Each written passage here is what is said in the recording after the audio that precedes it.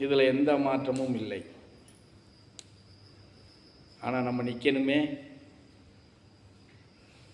மார்க்கத்தை பிடிச்சி நிற்கணுமே.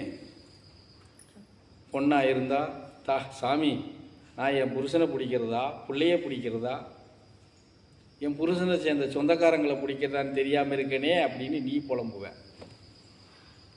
ஆணாக இருந்தால் சாமி பொண்டாட்டியே பிடிக்கிறதா பிள்ளையே பிடிக்கிறதா என் கூட பிறந்தவங்களை பிடிக்கிறதா ஆண் இப்படி புலம்புவாங்க.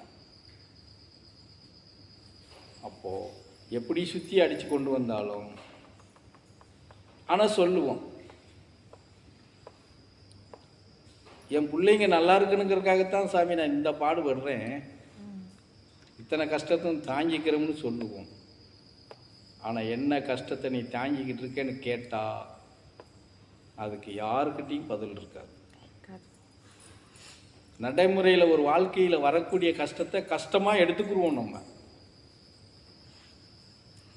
அதே நமக்கு பெரிய கஷ்டமாக எடுத்துக்கிட்டு இருப்போம். அது ஏதோ இறைவனுக்காக நீங்கள் கஷ்டப்பட்டது மாதிரி நீங்கள் நினச்சிக்கிட்டு இருப்பீங்க. ஆனால் இறைவனுக்கும் உங்கள் கஷ்டத்துக்கும் எந்த சம்மந்தமும் இருக்காது.